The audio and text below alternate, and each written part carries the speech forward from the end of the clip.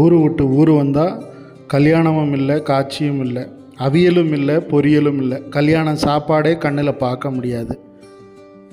அது எல்லாம் ஒரு நேரம்தான்.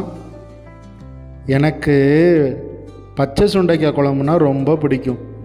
காட்டில் போய் பச்சை சுண்டைக்காவை எடுத்துகிட்டு வந்து அதை 1-2 அம்மியில் வச்சு இடித்து நல்லெண்ணெய் ஊற்றி அதை நல்லா வசக்கி நல்ல நாட்டு வெங்காயம் போட்டு பச்சை மிளகாய், உள்ளி, தக்காளி, புளி, மிளகாத்தப்பொடி எல்லாம் கரைச்சி விட்டு அருமையாக அப்பத்தா ஸ்டைலில் நமக்கு ஒரு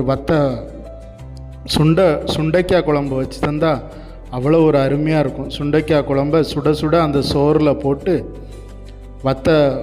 சுட்ட அப்பளத்தை வச்சு சாப்பிடும்போது அருமையாக இருக்கும். இது நடக்குதா? நடக்கும், கண்டிப்பாக நடக்கும். இன்றைக்கி தானே நம்ம ஆரம்பிச்சிருக்கோம் நம்ம வேலையை. இன்னும் கொஞ்சம் நாளில் நம்ம திருப்பி கண்டிப்பாக நம்ம ஊருக்கு போயிடுவோம். நம்ம ஊருக்கு போய் எல்லா சாப்பாடும் சாப்பிடலாம்.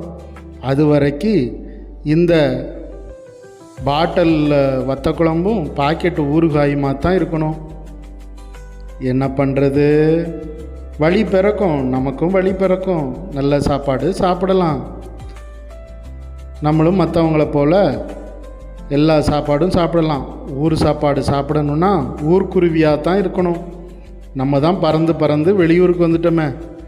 வெளியூருக்கு வந்ததுலேருந்து இப்போ திரும்பவும் உள்ளூருக்கு போகணும்னு ஊர்க்குருவியாக திரும்பணும்னு ஆசைப்பட்டுக்கிட்டு கிடக்கும். அது எதுக்கு?